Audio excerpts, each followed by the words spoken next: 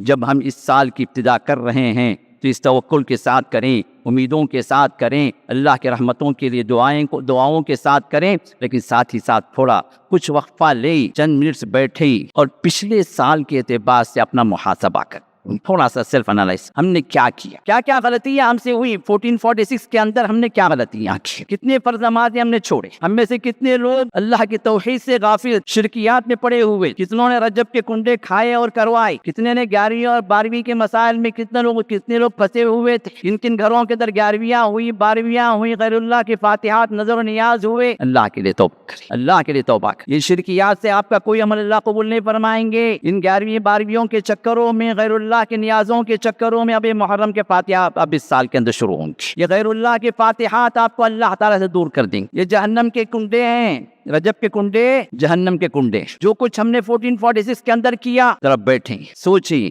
ہمارے عقیدے کتنے غلط تھے، ہم نے کیا کچھ اللہ کو ناراض کرنے والے کام کیے، کتنے ہم نے نمازیں چھوڑی، کتنے ہم نے حقوق کی پامالی کی، کس کا حق نے کھایا، کس کا حق نے دغا بازی کی، کس کے ساتھ خیانت کی، کس کا مال ہمارے پاس رہ گیا ہے۔ تو میرے دوستو ذرا ان چیزوں پر غور کریں، ذرا بیٹھ کر اپنا جائزہ لیں، اپنی زندگی کا حساب کتاب لیں۔ آپ کو معلوم ہے جب سال شروع ہوتا ہے، سال کے شروع سے اگر اکیڈمک لوگ ہیں تو اکیڈمک پلاننگ کرتے ہیں، اس سال کے اندر کیا ہونا چاہیے، کیا کورس پڑھایا جائے گا، کتنا پڑھایا جائے گا، کتنے ہفتے چلے گا، ہر ہفتے کے اندر کیا پلاننگ ہوگی۔ بزنس مین ہے تو اس کے سال بھر کی پلاننگ ہوتی ہے، بزنس پلان ہر سال کی ابتدا کے اندر پلاننگ ہوتی ہے۔ بے پلان کوئی اگر ہے تو ہم ہیں، ہمارا کوئی پلان، زندگی چل رہی ہے، صبح ہو رہی ہے، شام ہو رہی، عمر یوں ہی تمام ہو رہی، چل رہی ہے، موتائی مر گئے۔ پلان کیجئے، اللہ نے موقع دیا ہے۔ 1446 میں مرنے والوں میں اللہ نے ہمیں نہیں بنایا، اللہ کا فضل ہے۔ 1446 کے بعد بھی اللہ تعالیٰ نے ہمیں زندگی کا مرحلہ دیا ہے، یہ اللہ کا فضل و کرم ہے۔ اللہ نے مزید ہمیں موقع دیا، مزید ہمیں اللہ تعالیٰ اپنی اطاعتوں میں، اپنی عبادتوں میں آنے کی اللہ تعالیٰ نے ہمیں فرصت دی ہے، مہلت دی ہے۔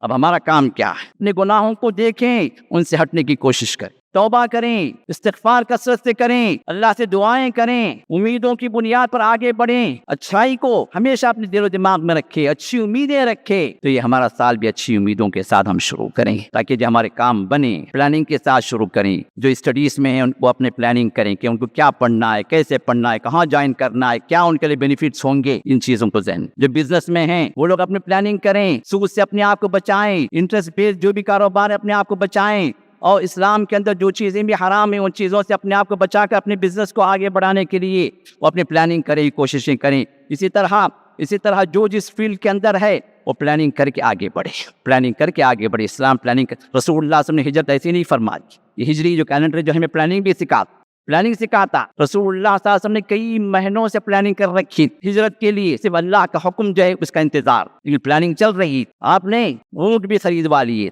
آپ نے ان کو چھپا بھی دیا تھا، اور اونٹ اور جو راستوں کا جو گائیڈ جو تھا اس گائیڈ کو بھی آپ نے جو کرائے پر لے لیا تھا، اس سے بھی بات چیت کر رکھی تھی، کب نکلنا، کیسے نکلنا، کہاں سے نکلنا، کس طرف جانا، ہر چیز ویل پلان تھی پہلے سے ہی۔ ایک مسلمان ایسے ہی جو اپنی زندگی بشتر بے مہار بن کر نہیں گزارنا ہے، اس پلاننگ کرنی ہے۔ جو جس مرحلے میں ہے اپنے اعتبار سے پلاننگ کرے تو انشاءاللہ اس کے اندر، لیکن اپنی پلاننگ پر، اپنی طاقتوں پر بھروسہ نہیں کرنا، بھروسہ اس رب کرنا، یہ ہے وہ توکل، یہ ہے وہ ہجری کیلنڈر ہمیں جو سبق دیتا ہے، یہ امیدیں ہمیں جو ہے اس کی طرف لے جائیں گی جس میں جو ہے ہمیں کامیاب ہونا ہے انشاءاللہ۔